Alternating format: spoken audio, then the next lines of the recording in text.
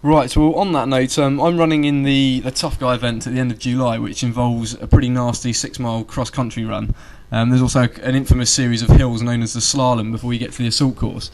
That's in 8 weeks. If you were coaching me now, how would you kind of structure my training from now until then to kind of give me the edge on that run? Because I know that's pretty much where the race is won and lost, is on the run. So, I mean, at the moment I'm running 10k in about 40 minutes, so nothing spectacular, but bearing in mind I'm not a runner, I'm fairly pleased with that. But how would you structure my training from now? Yeah, I mean, well, first of all, it would probably depend on how much time you have available to train, running-wise, and presumably you're balancing that out with your other workouts that you might be doing. So I suggest probably sort of one interval session a week, which would be worked based around the type of thing you're expecting to get in the race. So it's a pretty hilly course, you say. So kind of an interval form of hill training, with probably a little bit less to working up towards race volume. So you might say look at a hill session of repeats of anywhere between 1 and 2 minutes worth of work, and do sort of starting off with a lesser number of intervals and build those up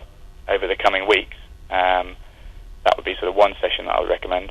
Then it becomes specific to the running element and the distance. So kind of, I guess, a 10k workout, as 6-mile cross country is going to be it's similar in volume.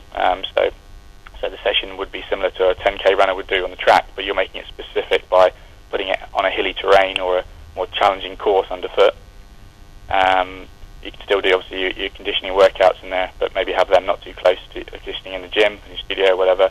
Those wouldn't be, but just a little bit spread out apart from your interval workouts, so that you're not kind of flat up the back of the weights going into the interval session, or vice versa, or the interval session going into the weights.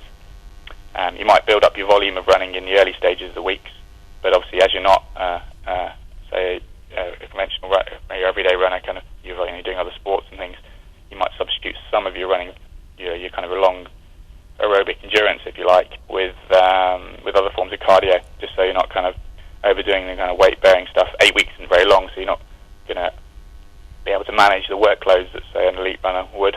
So you need to kind of balance that out a little bit, and a good way of doing that is substituting a little bit of the cardio side of things with some less weight-bearing, so you don't pick up any injuries and shin splints, that kind of thing, or knee problems, hips, that sort of thing. So you need to have some mileage in there, building that up gradually. Maybe a 2-week build, a one week recovery kind of week. Okay. So that you're not always building on it week after week. You need some time. And, as you know, any form of exercise, you need the recovery to adapt to it and recover. So it's no different with running.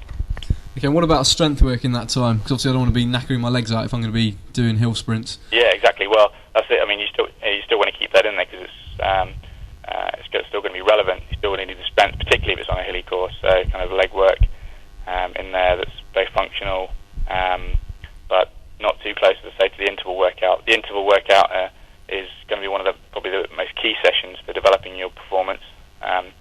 But so you don't want to, in the same way you were sort of saying about guys who are runners who don't like to do it because they feel that it tires them out, or it leaves their legs a bit heavy for the weights this is in terms of doing the intervals. So if you're doing intervals on a Tuesday, you might do your weights either say like 2 days apart from that, either side of that, and you can then just about squeeze into it, still get you to a week in if you like. Cool.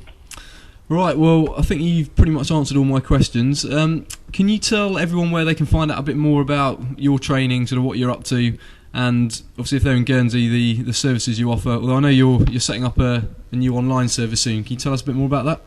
Yeah, well, initially, at the moment, we've got it's already kicked off and in place. We have a running group at Health Check. So we're basically providing services for people with any interest in running and improving their performance. So we offer a running group that's based in Guernsey.